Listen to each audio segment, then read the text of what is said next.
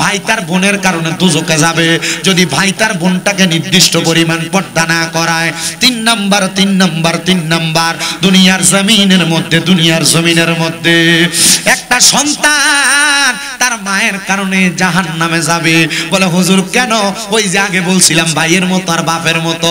মনে রাখবারে মুসলমান, ওই মা যদি সন্তান জীবিত থাকা অবস্থায় বেপরদা ভাবে অন্য কোনো পুরুষের সামনে যায়, তাইলে ওই মাটা সন্তানটা মায়ের কারণে দুজকে যাবে। 4 নাম্বার একটা সন্তান দুনিয়ার জমিনের ভিতরে থাকা অবস্থায় একটা স্বামী তার স্ত্রীর কারণে দুজকে যাবে। আপনি আপনার স্ত্রীটারে কেমন ভাবে চালান আমি জানি না, আপনার স্ত্রীর আপনি কত সুন্দর বেপরদা করতে দেন, মনে রাখবেন এই স্ত্রী যেন আপনার দুজকে যাওয়ার কারণ না হয়। আমি আপনাদের কাছে ছোট একটা বক্তব্য পেশ করে বয়ানের রীতি টানতেছি। দামেস্কের জমিনের মধ্যে আল্লাহ তাআলার একজন বন্ধু বসবাস করতেন। উনি দামেস্কের বড় মসজিদের মধ্যে নামাজ আদায় করাইতেন। উনি বলেন প্রত্যেকদিন ফজরের নামাজ আদায় করে আমি নামাজের সেজদার মধ্যে যাইয়া আল্লাহর কাছে কান্নাকাটি করতাম। আমি যখন নামাজ আদায় করতাম ফজরের পরে আমি আরো 2 রাকাত নামাজ আদায় করতাম, যেই নামাজের নাম ইশরাকের নামাজ। হে জগতের মুসলমান, ওই ইশরাকের নামাজ পইরা আমি আল্লাহর কাছে কান্নাকাটি করলাম। কিন্তু আমি কাঁদতে হঠাৎ করে আমি দেখতে পাইলাম আমার স্বপ্নের মধ্যে কে জানি একজন হাজির হয়ে গেছে। কিন্তু অন্য মানুষকে স্বপ্ন দেখলে একরকম দেখা যায়, যে ব্যক্তির স্বপ্ন দেখলাম এই ব্যক্তিরে দেখতে আরেক রকম লাগে। আমি জিজ্ঞাইলাম কে আপনি, আপনার পরিচয় কি? বলে আমি আপনার দামেস্কের মসজিদের পশ্চিম অঞ্চলের বাসিন্দা। এরে বাবা, উনি বলতেছে আমি তার দিকে তাকিয়ে দেখলাম তার শরীরের নাভি থেকে মাথা পর্যন্ত সুন্দর দেখা যায়, কিন্তু নাভি থেকে পায়ের তালু পর্যন্ত আগুন ধাউ ধাউ করে জ্বলতেছে। আমি তারা জিজ্ঞাইলাম কারণ কি বলো না? বলে তুমি তো নামাজি ছিলে, আমার পেছনে নামাজ পড়তা। উনি ডাক দিয়ে কই হুজুর আমি নামাজ পড়তাম কথা সত্য, কিন্তু আমি দুনিয়া থেকে কবরে আসার সময় আমার একটা মেয়েরে আমি 13 বছরের রাইখা কবরে আসছি। ওই মেয়েটার আমি নামাজ শিখাইছি, পর্দা শিখাইছি, কিন্তু আমি দুনিয়া থেকে যখন কবরে চলে আসি আমার স্ত্রীর গর্ভে 5 মাসের একটা বাচ্চা ছিল। ওই বাচ্চাটা কন্যা সন্তান। ওই কন্যা সন্তানটা দুনিয়াতে আসার পরে ওই কন্যা সন্তানটা পর্দা করে না, ইবাদত করে না, খারাপ ভাবে চলাফেরা করে। হুজুর আপনি আমার জন্য দোয়া করেন আমার আল্লাহ যেন আমার কবরের আযাব মাফ করে দেয়। কত মারাত্মক বিষয় চিন্তা করে দেখেন, নাভির মাথার তালু পর্যন্ত নাভি থেকে ভালো, কিন্তু নাভি থেকে পা পর্যন্ত আগুন জ্বলতাছে। উনি বলেন আমি নামাজের আমি যখন ইশরাকের নামাজ শেষ করে বের হইলাম, হাঁটতে আমি ওই মুসল্লির বাড়ির মধ্যে যাইয়া আমি তার ঘরের দরজার মধ্যে সালাম দিলাম, আসসালামু আলাইকুম ওয়া রাহমাতুল্লাহ, আসসালামু আলাইকুম ওয়া রাহমাতুল্লাহ। কোনো জবাব দেয় না। 2 বার সালাম দিলাম, আসসালামু আলাইকুম ওয়া রাহমাতুল্লাহ, কিন্তু আমার সালামের কোনো জবাব দেয় না। যখন সালামের জবাব দেয় না, আমি সালামের জবাবটা না পাই আমরা কষ্ট হয়। ওয়াটা শেষ করি, মানে যেটা ধরছি এটা শেষ করতাম নি, একটু মনোযোগ দিয়া শুনেন বাবারা। উনি বলেন আমি ঘরের দরজার মধ্যে 3 বার সালাম দিলাম। 3য় বার সালাম দেওয়ার পরে জবাব তো দেয় না। একটা মেয়ে বেপরদা ভাবে এলোমেলো অবস্থায় আইসা আমার শরীরের মধ্যে একটু নোংরা পানি ছিটিয়ে দিছে। যখন আমার শরীরের ভিতরে নোংরা পানিগুলা ছিটিয়ে দিছে, আমি রাগান্বিত হইয়া এবার সামনের দিকে হাঁটতে লাগলাম। এমন টাইমে পেছন থেকে আমার সালামের জবাব দেয়, আসসালামু আলাইকুমুস সালাম। আমি তার জবাব দেওয়ার পরে তার দিকে তাকাই না। 2য় বার জবাব দেয় ওয়া আলাইকুমুস সালাম, আমি তার জবাব দেই না। 3য় বার জবাব দেয় ওয়া আলাইকুমুস সালাম, আমি তার জবাবের উত্তর দেই না, তার দিকে তাকাইও না। কিন্তু 4র্থ বার সে আমার উল্টে সালাম দেয়, আসসালামু আলাইকুম ওয়া রাহমাতুল্লাহ। আমি বুঝতে পারলাম এই মহিলাটা বড় আবেদা এবং এলেমওয়ালা, কারণ আমার 3 বার সালামের জবাব দিয়া আমি যখন তার জবাব দেই না, সে আমারে 50 সালাম দিছে। এবার আমি একটু পেছনের দিকে যাইলাম, যেহেতু মহিলা তার দিকে তাকানো যাবে না। এই সাউন্ড যাইবো, ওই যে কইছিলাম ফলাফাইন তোমরা বাবির দিকে চাও। মনে রাখবেন শুধু নারী পুরুষ মেলামেশা করলে জিনা হয় না। আপনার চোখ দিয়া কোনো নারীর দিকে অবৈধভাবে তাকাইলে আপনার চোখের জিনা হয়। আপনার কান দিয়া কোনো নারীর অবৈধ গলার আওয়াজ শুনলে আপনার জিনা হয়। আপনার এই পাও দিয়া কোনো নারীর সাথে মিলিত হওয়ার জন্য হাইটা গেলে আপনার পায়ের জিনার গুনাহ হয়। আপনি চিন্তা করে দেখেন আপনি কত জায়গা দিয়ে অপরাধী। আমি স্বাভাবিকভাবে নরমালি আপনার খালতমিনা সাতমিনা কথা কহ। আল্লাহর ওলি বলে আমি আবার তার দিকে তাকাইলাম না, পেছনের দিকে আমি 20 কদম হাইটে আসলাম। 20 কদম হাইটে আসার পরে জিজ্ঞাসা করলাম, সালামের জবাব কেন দাও নাই? আমার উত্তর দেয়, হুজুর আপনি যখন আমারে প্রথম সালাম দিয়েছেন, আমি ইশরাকের নামাজের বৈঠকের মধ্যে ছিলাম, আমি তাশাহুদ পড়তেছিলাম। দ্বিতীয় সালাম দিয়েছেন, আমি ওই জায়গায় দুরূদ ইব্রাহিম পড়তেছিলাম। তৃতীয় সালাম দিয়েছেন, আমি ওই জায়গায় দোয়া মাসুরা পড়তেছিলাম। হুজুর, ও হুজুর গো,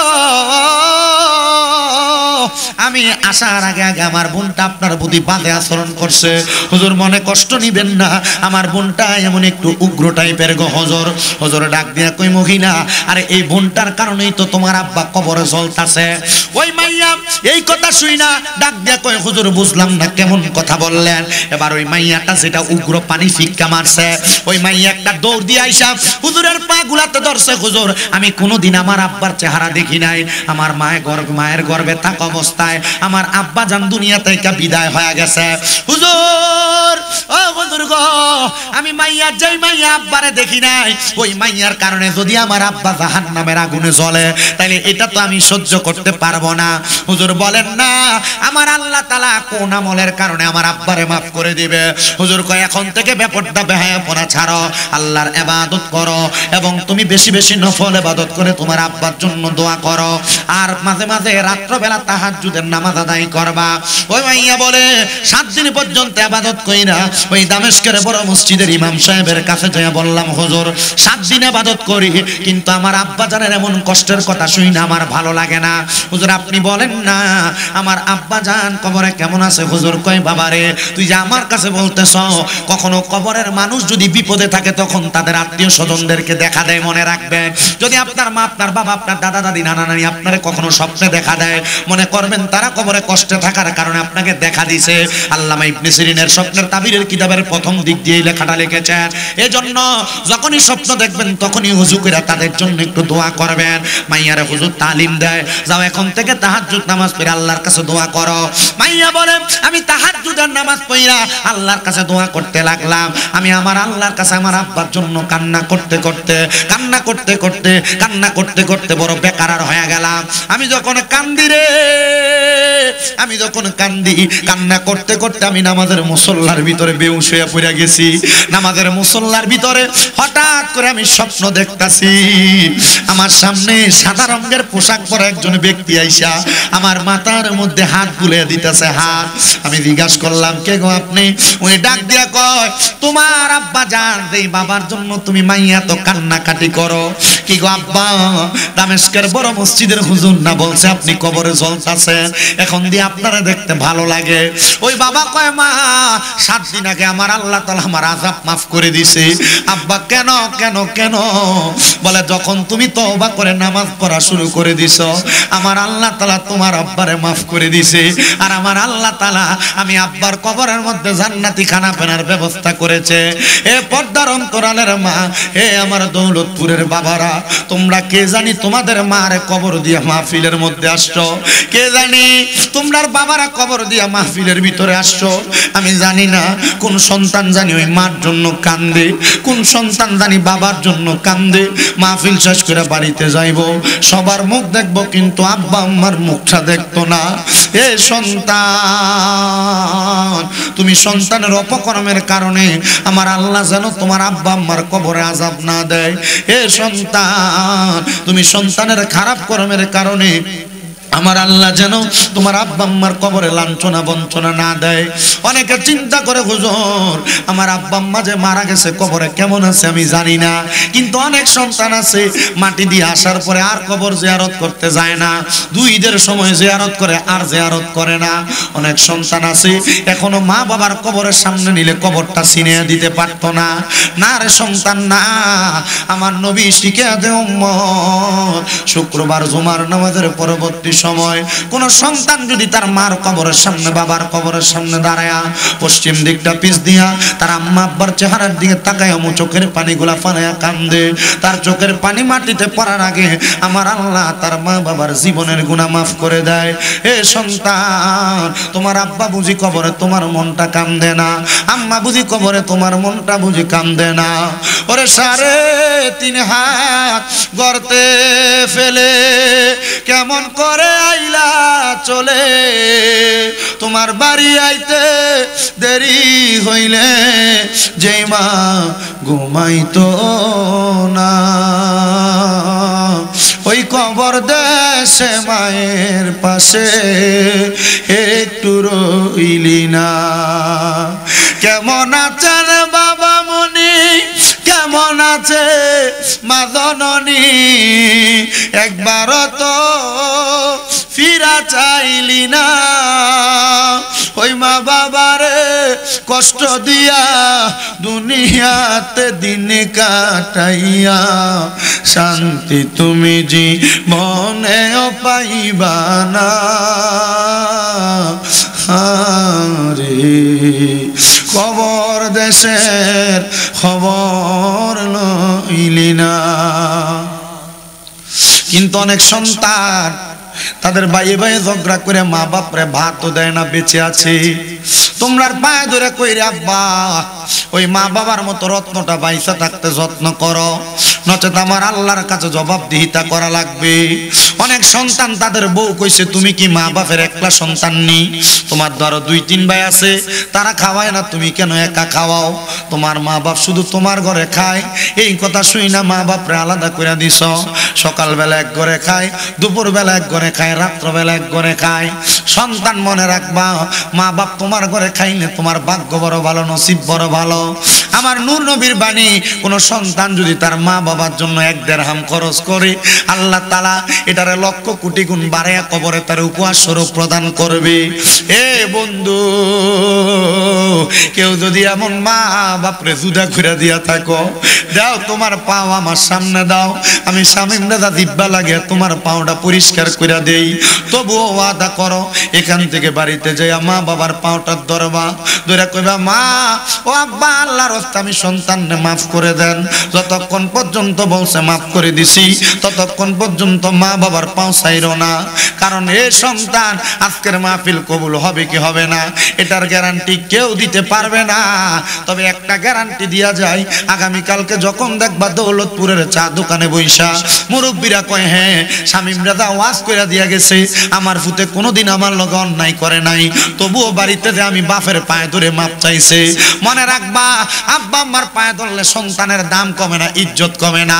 আব্বা আম্মার পায়ের কাছে ছোট হইলে সারা জগতের কাছে আল্লাহ তোমার বড় বানাইবো।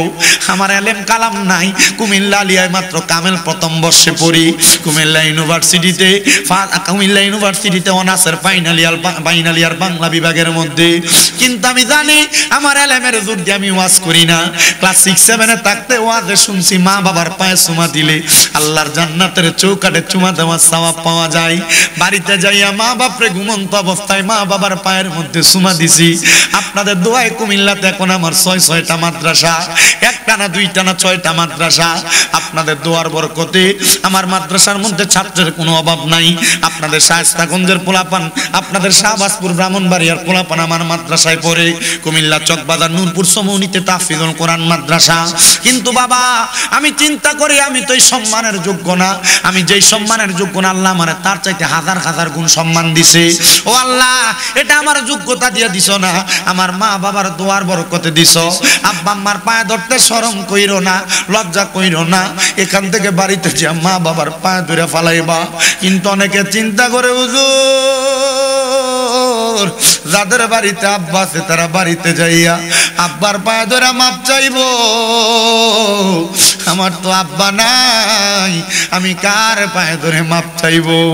এ সন্তান, আগে কোনো অন্যায় করলো বাবা তোমার ডাক দিয়া নেওয়া যাইতো, এখন কেউ তোমার ডাক দিয়া নেয় না। আব্বার কাছ থেকে 5-10 টাকা চায়া নিতা। এখন তোমার বাবার বয়সী কত মানুষ দোকানে বইসা চা খায়, আব্বারে তুমি তোমার পকেট থেকে 100 টাকা হাত খরচের জন্য দিতে পারো না। তোমার টাকা টাকার অভাব নাই। ওই বাবা অন্ধকার কবরে, আব্বা কবরে কেমন আছে তুমি জানো না। ভালোবাসি তোমায় বাবা, বুকটা যে যায় ছিঁড়ে, তোমার কথা হৃদয় মাঝে পড়ছে বারে বারে। বাবা গো, ও বাবা, বাবা গো, ও বাবা। এ সন্তান অনেকে চিন্তা করে হুজুর যাদের বাড়িতে মা আছে তারা বাড়িতে যাই আমার পায়ে ধরে মাপ চাইবো, আমার তো মা নাই, আমি কার পায়ে ধরে মাপ চাইবো। এ সন্তান আগে মা থাকলে তোমার জন্য ঘরে অপেক্ষা করতো, এখন বাড়িতে গেলে মা নাই, বউ বউয়ের মতো ঘুমাই। আগে মাঘ মাসের শীতের দিনে মা খানা গরম করে খাওয়াইতো, এখন বোর্ড টেবিলের উপর খানা ফালাইয়া রাখে। হে সন্তান, ওই মা বাপ কবরে একবার চিন্তা করে দেখো, তোমার আব্বা আম্মা তোমার লাখ লাখ টাকার জায়গা জমি দিয়া গেছে, ওই যে বাড়ি দিয়া গেছে, ওই বাড়িতে যদি তুমি বাড়া থাইকা মাসে মাসে 5,000 টাকা বেতন দিতা, 12 মাসে 60,000 টাকা বেতন লাগতো। ওই মা বাপরে যদি হাত খরচ বা খানা খরচ চালাইতা, মাসে যদি 2,000 টাকা লাগতো, 12 মাসে তুমি 24,000 টাকা মা বাবার পেছনে খরচ করতা। এ সন্তান, আব্বা আম্মারে যদি ফল কিনাই না খাওয়াইতা, 12 মাসে যদি তোমার প্রতি মাসে 1,000 লাগলে 12 মাসে তুমি 12,000 টাকার ফল কিনা খাওয়াইতা। তোমার মা কবরে, তোমার বাবা কবরে, মা বাবার দেওয়া সম্পদ তোমার কাছে। একটা সন্তান কি দাঁড়ায় কইবা হুজুর মুনাজাতে আমার মান লেগে দোয়া করেন, আমার আব্বার জন্য দোয়া করেন। মা বাপ বাচ্চা থাকলে ঠিক আছে, ওয়াজগুলা পারিবারিক জীবনে কাজে লাগবে মনে হয়। মনে হয় আমার বয়সী অনেক বক্তারা ওয়াজ করে, আপনারা যাচাই করেন। যত বক্তা দাওয়াত, আমার আগে কুতুবুল আজিজ সাহেব বইলা গেছে না, এখন 25-26 বছর আবুদ্দার ওয়াজ করে, কথা সত্য। আমি ওই দিন এক মাহফিলে বৈশা রয়েছি, দেখছি এক বক্তা খুতবা পড়তেছে, একটা খুতবার ভিতরে 60টা ভুল। কয়টা ভুল? আমি আমার বয়সী যত বক্তা সব বক্তার মতো না, আল্লাহর কসম আমি সব বক্তার মতো না। আমি প্রয়োজনে কোনো জায়গার ভিতরে কোনো ভুল যদি হয় আমি মাপ চাই চলে আসবো, কিন্তু আমি কখনো মানুষকে ভুল মেসেজটা মানুষের কাছে দিতাম না। কেন জানেন? কারণ আপনি যদি আমার এই ভুল কথাটার উপরে আমল করার কারণে আপনার গুনাহ হয়, আপনারা জাহান্নামে দেওয়ার আগে আগে আমার টাইনা নিয়ে ফেলাই। আমি আজকে কতগুলা বিষয়ের উপরে যে কথা কইছি আপনারা আমার মনে হয় না কয়জন কইতে পারবেন। আমি খুতবার পর থেকে খুতবার ভিতরে ওয়াজ করছি 7 মিনিট, লা ইলাহা ইল্লাল্লাহ জিকিরের ভিতরে ওয়াজ করছি 8 মিনিট, আল্লাহ আল্লাহ জিকিরের আগে ওয়াজ করছি 4 মিনিট। কি লাগে করছি জানেন? আমি এগুলা করার মানে হইল প্রত্যেকটা কাজ করার আগে প্রত্যেকটা কাজের ফজিলত বইলা দিই, যেন মানুষ করে।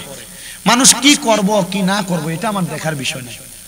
আরে বহুত মহিলারা সন্তান হয় না, মাঝে মাঝে আমার পোলাপানের কাছে অথবা আমার বাড়িতে খোঁজ খবরের জন্য যায়। আমি শুধু এক মহিলার এমনি বইলা দিছি, তাহাজ্জুদ পড়বা, আল্লাহর কাছে কানবা, আল্লাহ তাআলা তোমার নিয়ামত দান করবে। ঠিক 1 বছর 1.5 বছর পরে আল্লাহ তাআলা সন্তান দান করছে। অনেক জায়গায় এই নিয়ামত আল্লাহ দান করছে। ক্যান্সারের রোগী, ক্যান্সার কুমিল্লা তিতাস, আমি বলছি আব্বা কত ডাক্তার দেখেছেন? হুজুর আমার তো এই পর্যন্ত প্রায় 23 লাখ টাকা খরচ।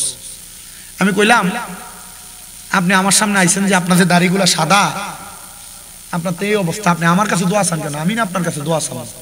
আব্বা কার দোয়া কখন কবুল হয়? কারণ তাকদিরু লা ইয়ারুদ্দু, মানুষের তাকদির কোনোদিন পরিবর্তন হয় না, ইল্লা বি দোয়া, দোয়ার কারণে পরিবর্তন হয়ে যায়।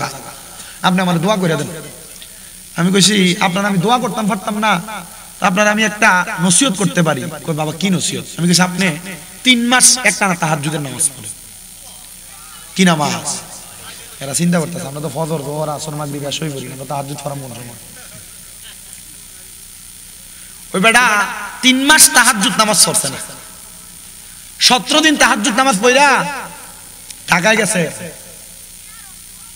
ডাক্তার দেখাইতে।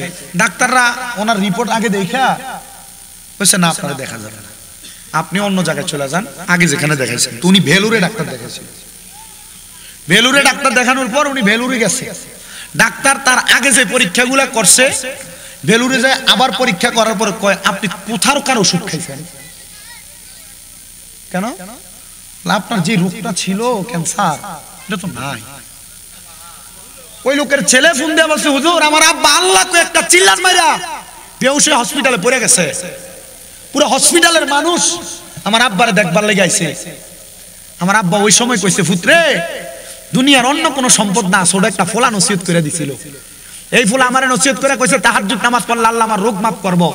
আল্লাহ কোরআনে কইছে ওয়া মিনাল লাইলি ফাতাহাজ্জাদ বিহি নাফিলাতাল লাকা আসা আইয়াবা আসাকা রাব্বুকা মাকামাম মাহমুদা। নবীজি আপনি রাতের কিছু অংশে তাহাজ্জুদের নামাজ পড়েন, অতি সত্বর আপনাকে মাকামে মাহমুদ প্রশংসার জায়গা দান করা হবে। তো এই আয়াত যখন আমার নবীর উপর নাযিল হইছে নবীজি কান্না করে আম্মা জান আয়েশা সিদ্দিকা নবীর দিকে ইয়া রাসূলুল্লাহ আজকে আপনি যে লম্বা লম্বা সেজদা দিবেন এত লম্বা সেজদা আপনারা আর কোনোদিন দিতে দেখি নাই। নবীজি এভাবে কাঁদেন কেন? নবীজি কয় আয়েশা আমার আল্লাহ আমারে বলছে আমি তাহাজ্জুদ পড়লে আমারে মাকামে মাহমুদ দিব। আয়েশা আমার উম্মতেরা আমি নবী চইলা গেলে রওজা মুবারকে তাহাজ্জুদ পড়ব। আল্লাহর কাছে কান্দা কান্দা কইছি আল্লাহ আমার উম্মতেরা তাহাজ্জুদ নামাজের উসিলায় কি দিবেন যদি উম্মত পড়ে। আম্মা জান আয়েশা কই ইয়া রাসূলুল্লাহ আপনার একটা উপাধি মুস্তাজাবাতুদ দাওয়াত। মুস্তাজাবাতুদ দাওয়া মানে হলো এই ব্যক্তি যে কোনো দোয়া করলে আল্লাহ দোয়া কবুল করে আল্লাহ। নবীজি আপনি যে কোনো দোয়া করলে আল্লাহ তো দোয়া ফিরাবে না, আমি জানি আল্লাহ দোয়া কবুল করছে। ইয়া রাসূলুল্লাহ কি ফয়সালা? বলে আমার উম্মত তাহাজ্জুদ নামাজ পড়ে আমার আল্লাহর কাছে যা চাইবো আল্লাহ তার আশা পূরণ করবে। আমি যা কথা বলতেছি আপনার কাছে যদি মনে হয় আমি আবুদ্দা, আপনি আমি আবুদ্দার কথার উপরে যদি ভাল লাগে আমল করবেন, না ভালো লাগলে ওয়াজের মাঠে কথা ফালাই দিয়ে শেষ। আমার পরে পীর সাহেব হুজুর পীরজাদা হযরত মাওলানা মুফতি মুহাইমিনুল হক ইবনে জিয়াউল হক কাদেরী হুজুর আপনাদের নিয়ে মূল্যবান দোয়া তাকরীর করবেন, আপনারা শুনবেন। কিন্তু আমি যে কথাগুলো বলতেছি এই কথাগুলো অস্বীকার অস্বীকৃতি অথবা এই কথার উপর আমল করলে আমাদের লাভ হবে, বিশ্বাস আছে না নাই? গভীর মনোযোগ দেন বাবা, গভীর মনোযোগ দেন। তো যেই কথাটা বলতেছিলাম নবী বলছে মহিলা তোমাদেরকে আমার আল্লাহ তাআলা ৭০ জন হুরের সরদারিনী বানায়া দিব যদি তোমরা তোমাদের স্বামীর আদেশ মাইনা চলো। হে দৌলতপুরের বাবা, হে দৌলতপুরের মুরব্বীরা, যুবক নওজোয়ান বন্ধুরা, ছোট ছোট মাসুম বাচ্চারা, পর্দার অন্তরালের আমার মা বোনেরা, শুইনা রাখবেন, মাইনা রাখবেন, যাইনা রাখবেন। একটা মহিলার কারণে কমপক্ষে ৪ জন ব্যক্তি দুজকে যাবে, জাহান্নামে যাবে। আপনি একটু মিলাইয়েন আমার এই কথাটা। শেষ আমি আমার বয়ানের ইতি টানতেছি। আল্লাহর নবী কয় ১ নাম্বার কোন বাবা যখন কন্যা সন্তান জন্ম দিবে ওই বাবা যদি তার মেয়েটার পর্দা না করায় মানে দাইয়ুসের বেশে চালায় তাহলে মাইয়াটারে আল্লাহ তাআলার ফেরেশতারা জাহান্নামের দিকে যখন নিয়ে যাবে, কেন জাহান্নামে নাও বলবে বেপর্দার কারণে। মাইয়া বলবে আমার আব্বা আমারে পর্দা করায় নাই এই জন্য তোমার জাহান্নামে দেওয়া হয়। মুসলমান আপনাদের যাদের বোন বেপর্দা ভাবে চলাফেরা করে মনে রাখবেন, মনে রাখবেন, মনে রাখবেন